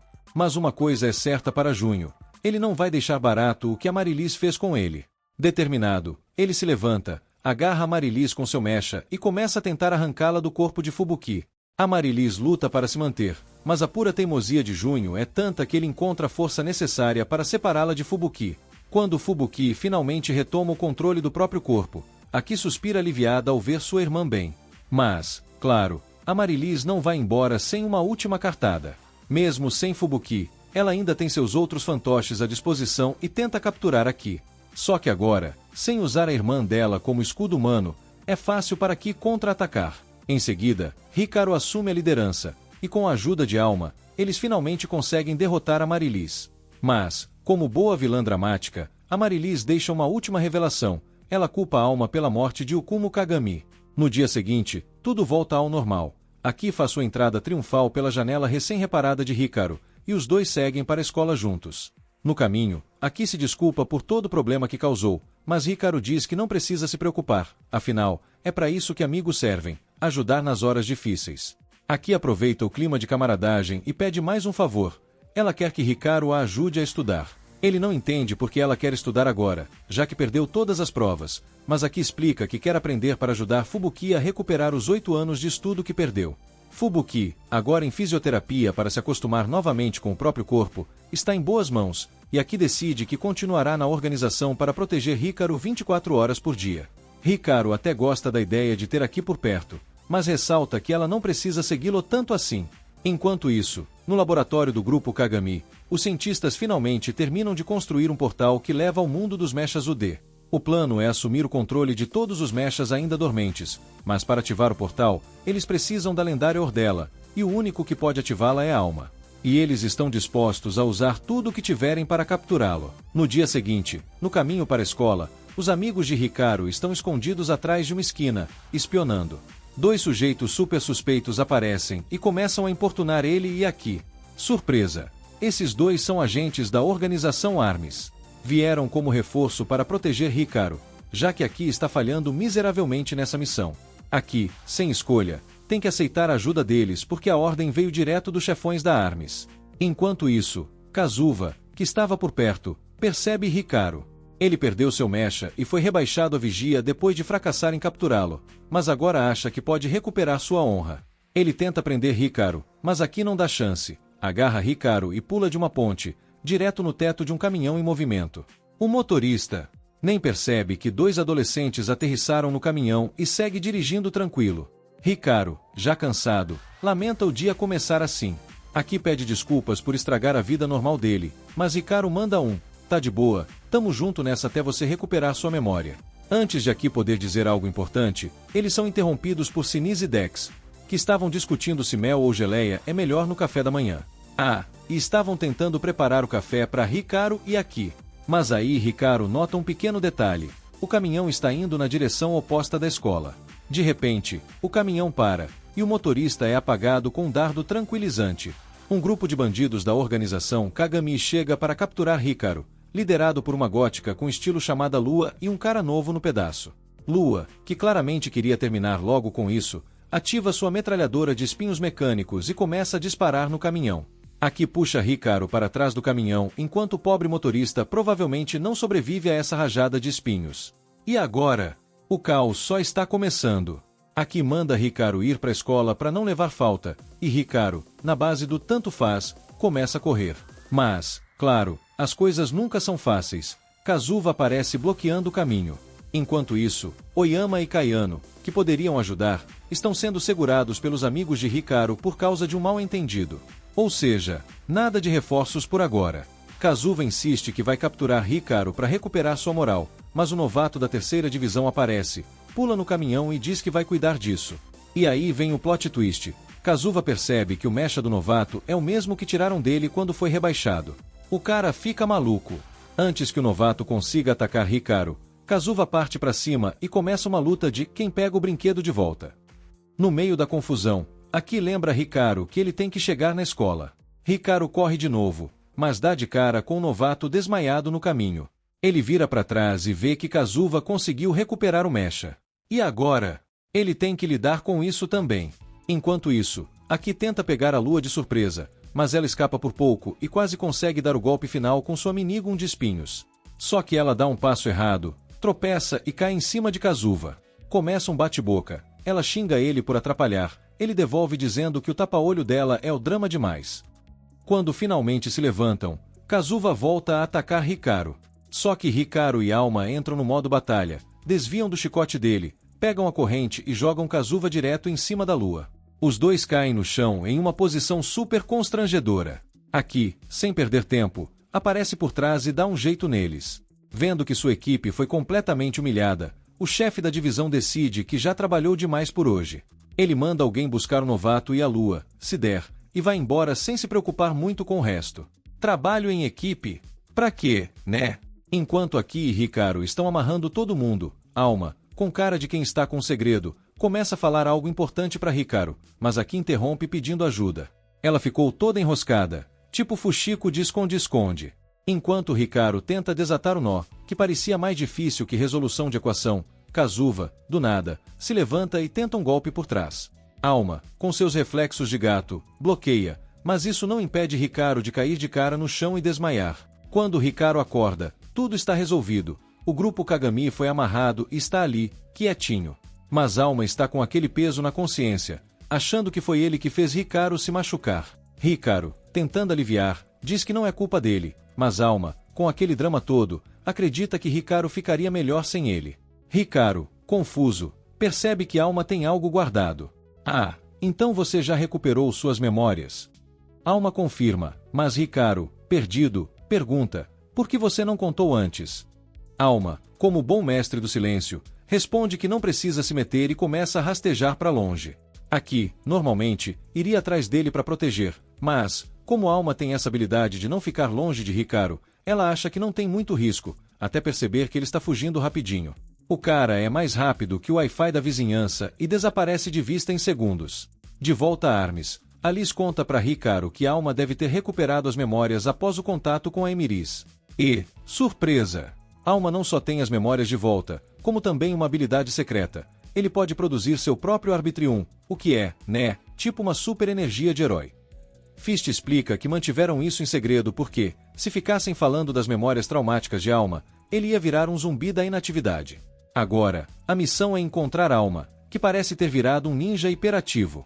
Alice, com cara de quem já tinha planejado tudo, manda todo mundo ficar de olho em Alma, mas quando Hikaru fala que quer ajudar, Alice solta bomba. Agora que o Alma pode andar por aí sozinho, você não é mais necessário. Pode voltar para sua vida normal. Hikaru e quem ficam tipo oi, sem saber o que fazer com essa informação. Quem até tenta dar uma de otimista, dizendo que isso é bom, porque significa que Hikaru pode voltar à sua vida normal, como se fosse tão fácil assim. Mas Hikaru, com aquele jeitinho teimoso, responde, nada feito. Eu não vou voltar a ser um civil depois de tudo o que passei com o Alma. Aí, não tem jeito, né? Alice e Fist acabam cedendo e resolvem contar tudo pra ele. Agora, prepare-se para o flashback épico. Lá no Mecha World, a situação estava crítica. O planeta estava quase sem Arbitrium, e os Mecha-Uds estavam indo pro brejo. Alma, Fist e mais um amigo partiram em uma missão épica para encontrar o lendário Ordel, que poderia salvar o planeta. Mas, no caminho, eles ficaram sem energia e quase viraram estátuas. Sorte deles que chegaram à Terra antes disso. Naquela noite, Yakumo Kagami, com toda a sorte do universo, estava por perto. Ele viu uma luz brilhante vindo da direção das minas da família e foi investigar. E adivinha o que ele encontrou? Alma! Só que, como todo bom anime, o destino não foi tão simpático, e logo depois aconteceu um Kaven, não sabemos o que é, mas parece grave. O que poderia ter matado Yakumo, acaba virando uma fusão épica entre ele e Alma. Fist, por sua vez, se fundiu com o irmão mais velho de Akumo, Suiko, que, por coincidência, estava com uma doença ligada ao Arbitrium. Então, Suiko decidiu embarcar nessa missão para encontrar Ordel e, quem sabe, se curar. E Akumo também topou a missão porque, convenhamos, parecia uma aventura incrível. Eles foram em busca do Ordel e, depois de muita caminhada e pesquisa, finalmente encontraram. E Akumo, claro, estava com aquele pressentimento de que algo estava muito certinho, e começou a desconfiar. Mas Suiko, com toda a confiança do mundo, dizia que as coisas estavam indo maravilhosamente bem.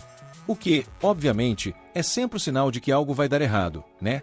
Agora, a missão deles está prestes a dar frutos, e ninguém sabe o que vai acontecer quando o processo realmente começar. Mas já dá para sentir a tensão no ar, acordando Ordel, mas a coisa deu muito, muito errado. Suiko fez todos os testes para despertar Ordel, mas esqueceu de um pequeno detalhe. Ele nunca pensou nas consequências de acordar algo tão poderoso, mas pouco amigável. Então, o que acontece? Bum! O Ordel dá um nocaute em Suiko e Fist e ainda machuca Yakumo. Só Alma ficou ileso. Mas, sinceramente, isso não era uma boa notícia, porque Alma estava mais perdido do que nunca soube o que fazer contra esse monstro do mal. E Akumo, com uma cabeçada fatal, como se uma ferida na cabeça fosse problema em anime, não ia deixar isso passar. Ele acalma a Alma e diz, vamos superar isso juntos, e eles se preparam para o combate. Mas, olha, Ordel não é só forte, é praticamente impossível de se chegar perto. Eles vão ter que usar mais cérebro do que músculo.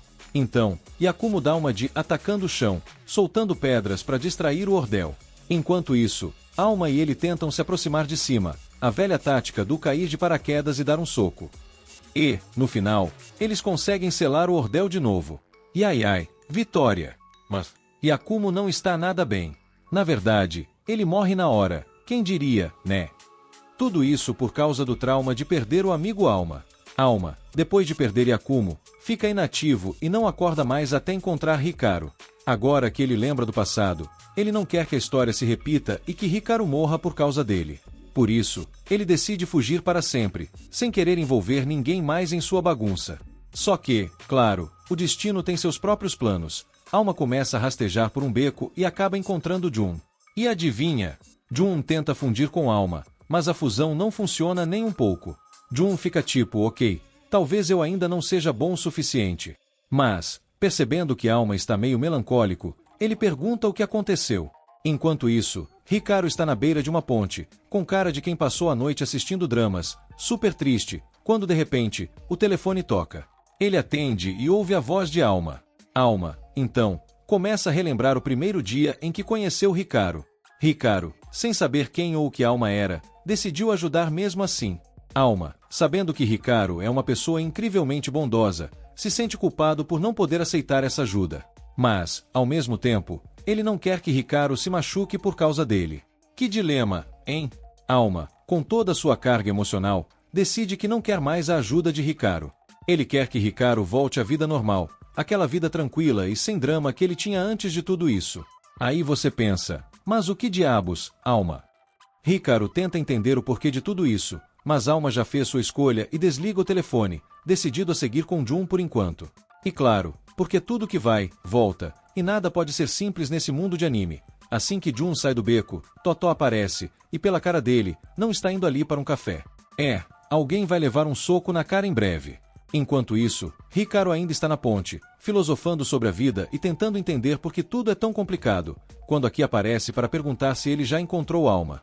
Hikaru, todo amargurado, responde que não vale mais a pena procurar Alma, porque o cara não precisa mais dele. Mas antes que ele termine a frase, Aki o soca na cara. Aki se desculpa pela força, dizendo que estava tentando segurar, mas ela não aguenta mais ouvir Hikaru se martirizando. Ela sabe o que é viver atormentado pelo passado, e também sabe que Alma precisa de alguém ao lado dele agora.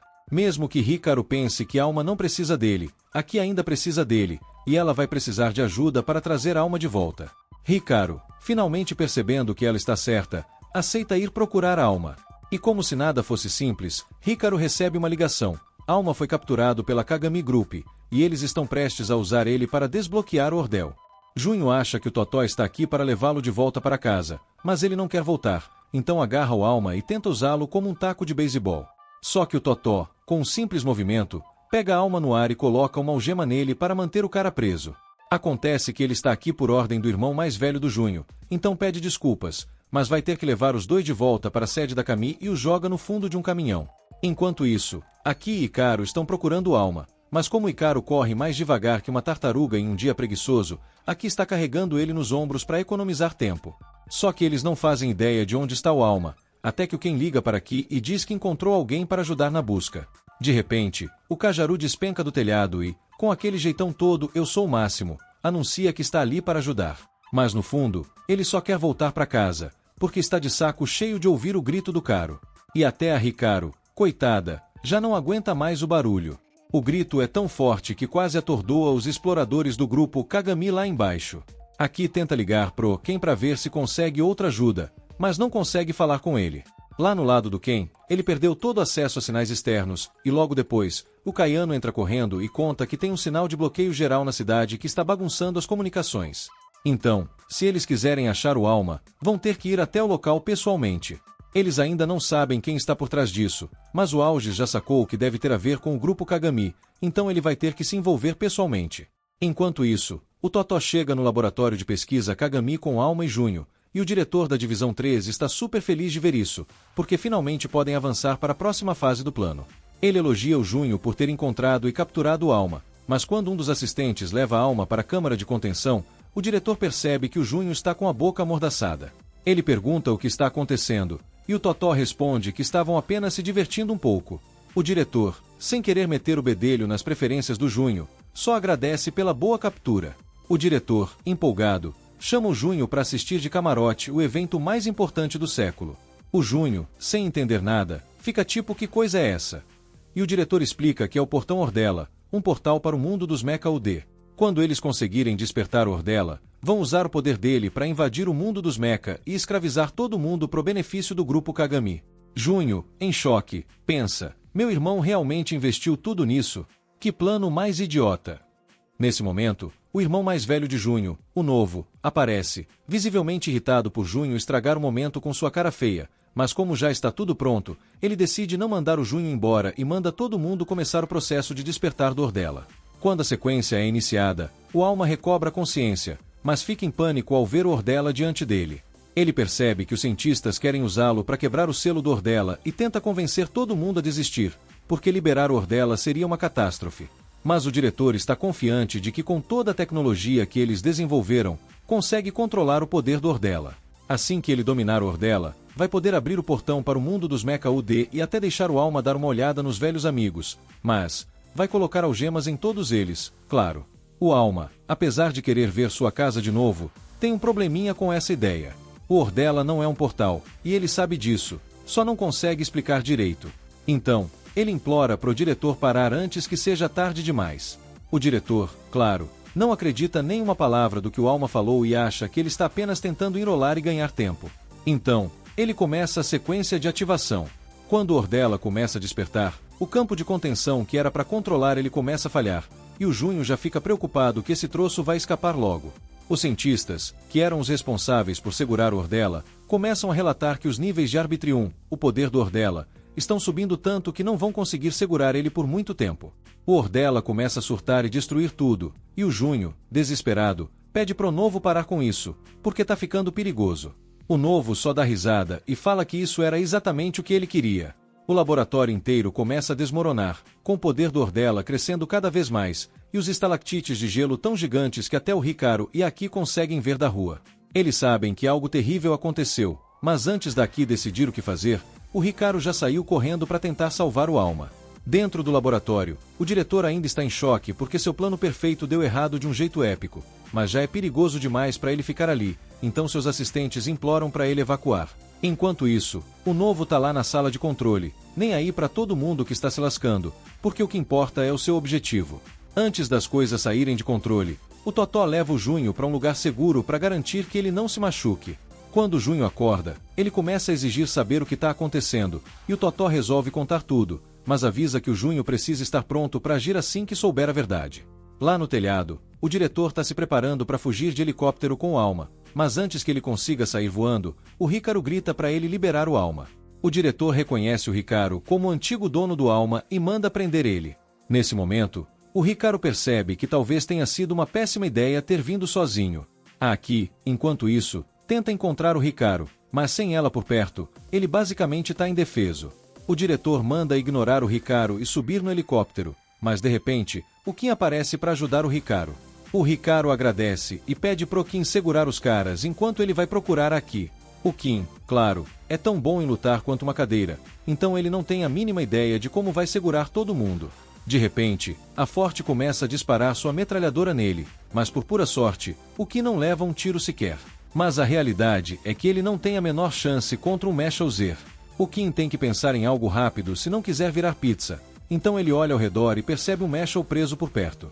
Ele puxa um dispositivo que ele mesmo inventou para desfazer as correntes e corre até o Mecha para libertá-lo. A ideia é juntar forças com o Mecha, já que, sem muita experiência de luta, pelo menos agora ele é uma ameaça, por uns minutos. Mas, como ele nunca treinou seu corpo para aguentar um Mecha, ele logo fica sem Arbitrium e desmaia. Então, ele volta a ser o quê? Um fugitivo. Ele pede desculpas por não conseguir fazer mais, mas a Aki diz que ele fez um bom trabalho, porque conseguiu segurar tempo suficiente para ela voltar com o Hikaru. Infelizmente, a Aki fica presa pelo Kazuva, que quer uma revanche depois da última derrota. O cara fez uma integração de mecha tão profunda no corpo dele que acha que agora consegue superar a Aki de todas as formas. Só que, para provar o ponto, a Aki decide ficar lá parada e deixar ele atacar. Ao invés de bloquear com a espada ou o escudo, ela pega o chicote dele com as mãos nuas e fala que não é o mecha dele que impede ele de ganhar, mas a falta de habilidade e força que ele tem, enquanto ele não aprender a aceitar suas fraquezas e crescer, nunca vai conseguir vencê-la. O Kazuva, claro, não aceita que é fraco e parte para cima dela de novo. Só que, dessa vez, a Aki não tem paciência para exibir a superioridade, então ela apenas nocauteia ele de uma vez. Agora que o Kazuva foi pro saco, a Aki quer correr para encontrar o Hikaru e o Kim, mas antes de ir embora, alguém aparece para atrapalhar. O nome do cara é Namba, e ele diz que só quer bater um papo. Mas, sinceramente, a Aki não tá no clima de bate-papo e tenta nocauteá-lo também. Só que, pelo visto, o Namba não é só cara de quem não tem nada a fazer, ele desvia daqui com uma facilidade impressionante e ainda fala que não quer brigar, só tá fazendo o trabalho dele, porque se não fizer, o salário dele vai ser cortado. O Namba não pode perder o emprego porque isso destruiria os planos de aposentadoria dele. Ele implora para Aki só virar a esquina e ir embora, mas Aki, claro, não vai recuar. Então, Namba não tem escolha e parte para a luta.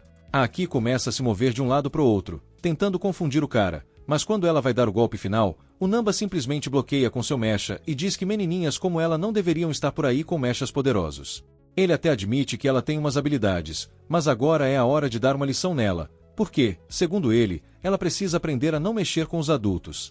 Aí ele puxa uma espada mecha e começa a lutar com a Aki. E olha, ela até que tá se saindo bem, considerando o tanto de experiência que ele tem. Enquanto isso, o Aaru e o Vner caem de paraquedas na frente do diretor, e ele vê que a situação tá fugindo do controle. Sem perder tempo, ele entra no helicóptero para sair voando.